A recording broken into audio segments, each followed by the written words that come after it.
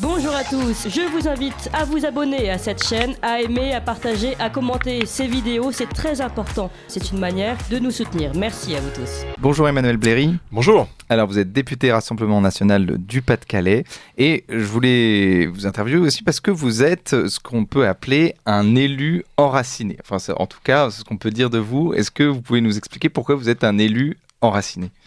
Écoutez, effectivement, je suis élu du Pas-de-Calais, donc dans la première circonscription, qui est l'une des plus grandes de France. J'ai 294 communes, enracinées parce que je viens de ce monde rural, de ce monde paysan, avec tout ce que cela comporte, c'est-à-dire c'est évidemment ces problématiques que l'on connaît, on pourra peut-être développer, et puis aussi ce bon vivre qui fait là-bas sur place. Donc enraciné parce que autour de moi j'ai des gens qui sont là depuis 2, 3, 4, 5 générations, peut-être même voire plus, ce qui fait que ce sont des gens qui travaillent effectivement la terre, qui travaillent aussi parfois à l'extérieur de la circonscription, avec aussi ces problématiques, j'espère qu'on y reviendra.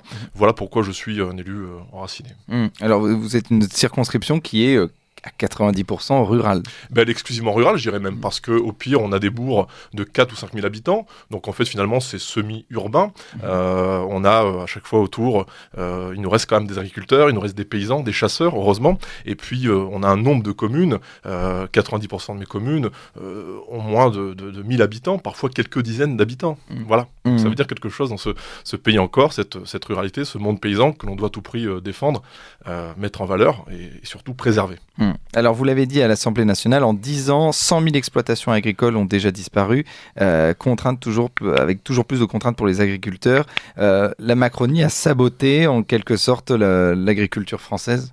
Oui, c'est effectivement cela, c'est 100 000 exploitations en moins depuis 10 ans. Je crois que Emmanuel Macron porte une responsabilité. Il y a d'autres constats à faire. Dans le monde agricole, c'est, selon les chiffres, quasiment un suicide par jour. Depuis maintenant quelques années. Ça dénote quelque chose. Les agriculteurs veulent vivre de quoi ? Veulent vivre de leur savoir-faire, de leur production, et non d'aide, effectivement. Mais j'aimerais qu'on parle de l'agriculture par un autre prisme, si vous le permettez. L'agriculture, qu'est-ce que c'est en France ? C'est toute l'histoire de France, finalement. C'est en même temps la qualité de nos assiettes, en même temps que la beauté de nos paysages. Parce que l'homme a façonné les paysages de sa main depuis maintenant plusieurs siècles, je dirais même plus d'un millénaire. Et cette agriculture, on ne la met pas en valeur non plus sur un plan, je dirais, touristique. La France, premier pays touristique, pour quelle raison ? Pour la beauté de ses paysages et pour la qualité de ses assiettes. Donc quand on a 4% du PIB, 4,1% du PIB sur le tourisme, les agriculteurs sont effectivement même les garants, je dirais, du tourisme. Voilà. C'est très important de le souligner, de le savoir. Oui, donc nous sommes une terre agricole. Alors comment la France aussi peut retrouver sa souveraineté alimentaire ? On le sait, l'Union européenne, en tout cas Emmanuel Macron parle de souveraineté européenne. L'Union européenne fait en sorte que nous n'ayons plus de souveraineté alimentaire. Comment la France, à son échelle, peut essayer de retrouver une souveraineté alimentaire pour aider nos agriculteurs ? Alors déjà, en faisant peut-être tout le contraire que ce qu'on a pu voir ces dernières années, et je vais m'en expliquer. On a eu par exemple pour nos betteraviers la crise de la jaunisse. Voilà, la jaunisse qui se reproduit malheureusement dans nos contrées, surtout dans les Hauts-de-France. Le gouvernement a surtransposé les règles européennes, c'est-à-dire qu'on a voulu laver plus blanc que blanc, ce qui fait qu'aujourd'hui nos betteraviers, nos agriculteurs ne peuvent plus utiliser ce qu'on appelle les néonicotinoïdes. Nous sommes le premier producteur en Europe, mais demain nous allons devoir aller chercher notre sucre en Allemagne, peut-être même au bout du monde, en Amérique du Sud. C'est sans compter effectivement l'impact en matière de carbone, hein. Donc tout ceci est assez paradoxal. Autre chose, le ministre de l'économie a annoncé il y a quelques jours un plan de 10 milliards d'euros d'économie. Voilà, ils assument aujourd'hui peut-être le fait d'avoir fait 600 milliards d'euros de dette le mandat précédent, 150 milliards sur le dernier PLF en déficit, et là on annonce 10 milliards d'euros d'économie. Comment ils veulent articuler ça ? Ils veulent supprimer ce qu'on appelle le GNR, c'est-à-dire en fait le gasoil non routier, la défiscalisation sur le gasoil non routier. Ce qui va porter concrètement en janvier 2024 le litre de gasoil non routier de 1,56 € à 2,04 € pour nos agriculteurs notamment. on voit bien que le gouvernement fait le contraire. C'est-à-dire que je pense en même temps, il hoche de la tête pour dire oui, mais il dit non, en fait. Voilà, pour les agriculteurs. Donc il faut faire tout le contraire pour eux. Qu'est-ce qu'il faut faire ? Nous, on a effectivement un plan pour notre agriculture. Il faut retrouver effectivement cette souveraineté alimentaire pour plein de raisons, parce que il en va, je le disais, de la qualité de ce qu'on mange. Il en va aussi peut-être de la préservation de notre santé. Moins on importe, moins on pollue, et mieux c'est pour notre santé. Donc il faut du localisme, produire local, consommer local. Qu'est-ce que ça veut dire ?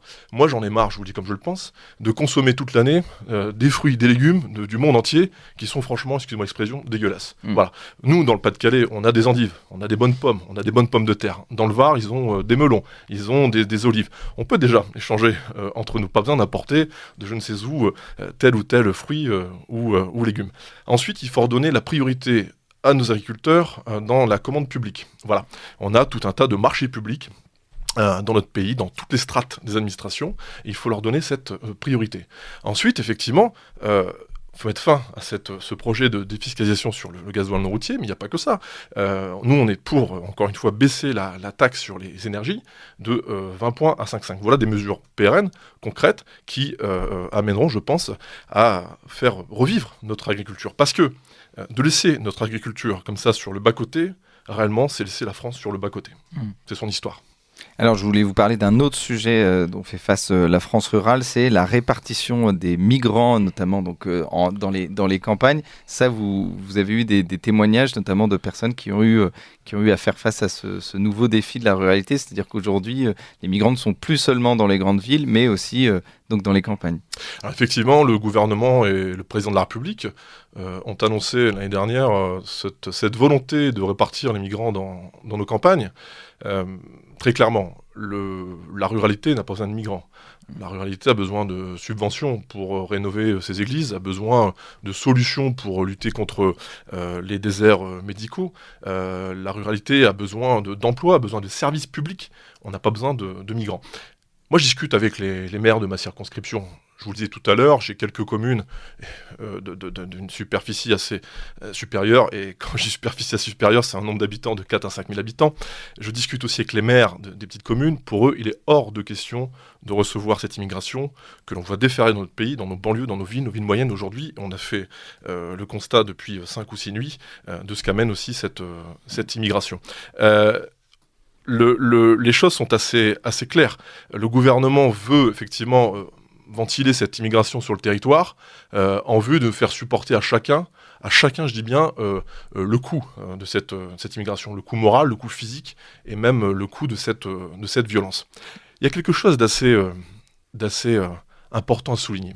Le MEDEF, j'ai lu ça, comptabilise à peu près les dégâts, chiffrer les dégâts de ces derniers jours, à 1 milliard d'euros. 1 milliard d'euros. Je le disais tout à l'heure, le gouvernement veut faire un plan de 10 milliards d'euros d'économie sur les gasoils non routiers. Donc 15% seraient supportés par les agriculteurs. Donc d'un côté, on a cette immigration, on a ces jeunes, je ne dis pas qu'ils sont tous immigrés, mais on a effectivement des jeunes immigrés qui étaient dans la rue et qui ont créé ces violences. D'un côté, on a 1 milliard d'euros effectivement de dégâts, et de l'autre, on va demander 1,5 milliard d'euros aux agriculteurs pour, lutter contre la dette. Il y a un gros problème dans ce pays. Donc non, nous ne voulons pas de l'immigration. L'immigration doit être contrôlée. On doit récupérer notre souveraineté en la matière. Les demandes d'asile doivent se faire dans les pays d'origine ou dans les pays voisins, amis, quand cela n'est pas possible. Et nous, on proposera un référendum aux Français, leur demandant, effectivement, êtes-vous pour que l'État français retrouve cette souveraineté alimentaire, retrouve ses leviers alimentaires, cette souveraineté en matière d'immigration, et pour qu'on puisse retrouver nos leviers et qu'on puisse, effectivement, que l'État français puisse prendre des décisions, parfois à la place de certaines règles européennes, à la place on connaît toutes ces règles, Schengen, etc. C'est à la France de maîtriser son immigration. Alors, on a parlé beaucoup de plans banlieue, notamment le plan Borloo, qui a été plusieurs milliards d'euros dépensés. Et vous pensez qu'il faudrait aussi un plan ruralité, ou surtout un plan ruralité, c'est-à-dire qu'aujourd'hui, les villages ont besoin de plus en plus de services publics, de moyens. Et quand on fait la comparaison, on se rend compte qu'il y a plus d'argent qui sont donnés finalement que pour les banlieues que pour la ruralité. Les ruraux sont des taiseux, ça fait partie de leur ADN. Ce sont des gens qui travaillent et qui se taisent. Et pourtant, croyez-moi que ces gens mériteraient plus d'être dans la rue, de manière pacifique, pour revendiquer leurs problèmes et peut-être aussi donner des solutions. Il faut effectivement un plan pour la ruralité.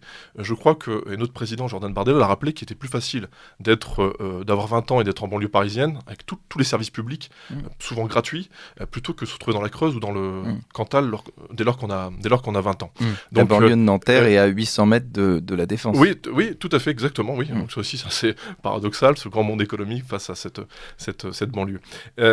Autre chose, j'ai entendu dire certains acteurs politiques, en tout cas, ils pillent de violente parce qu'ils sont pauvres. Parce qu'ils sont pauvres. Moi, je vais vous dire, je suis né dans une famille pauvre. J'ai connu la précarité. Mes parents ont connu la précarité. J'ai connu à Noël une assistante sociale, avec les yeux de ma mère qui était très gênée, vous voyez, amener un cadeau parce que mes parents n'avaient juste le denier pour me donner peut-être le beefsteak, mais pas le cadeau à Noël. Moi, j'ai connu ça. Est-ce que ma mère a fait de nous des délinquants, des criminels? Elle a fait de nous des fonctionnaires, des militaires ou encore des parlementaires. Donc ce faux prétexte pour effectivement essayer d'analyser et de comprendre la situation est totalement faux. Donc il faut un plan effectivement pour la ruralité. Je pense que si on avait mis 1/10 de ces plans banlieue, de ces plans pour l'urbanisme, etc., dans la ruralité, on aurait réglé franchement tous les problèmes, ou presque. Donc, et ce plan de ruralité, ça serait pour avoir donc plus de services publics, plus de transport. Il faut, en fait, alors, faut être très précis, il faut être très clair, c'est assez technique. Comment faire ruisseler l'économie finalement sur notre ruralité en matière d'aménagement du territoire? Comment désenclaver certains villages? Certains villages, on ne voit pas de bus passer, par exemple. C'est tout bête, mais on ne se pose plus la question en banlieue parisienne. Nous, on se la pose encore depuis toujours. Comment effectivement faire que nos ruraux puissent aller travailler dans les villes moyennes, avec la création de ZFE qui arrive notamment dans mon secteur, à Amiens, à Lens et à Lille notamment. Comment vont-ils faire pour aller aussi se soigner? Donc tout ça, c'est à prendre en compte. Il faut réfléchir à un grand plan, mais pour ça, il faut de l'argent. Je pense qu'il faut un quoi qu'il en coûte pour notre ruralité. Merci beaucoup Emmanuel Bléry. Je rappelle, vous êtes député Rassemblement National du Pas-de-Calais. Puis évidemment, on continuera à suivre avec vous ces émeutes et puis aussi la fin de ce monde rural qui vous est si cher. Merci à vous. Merci à vous.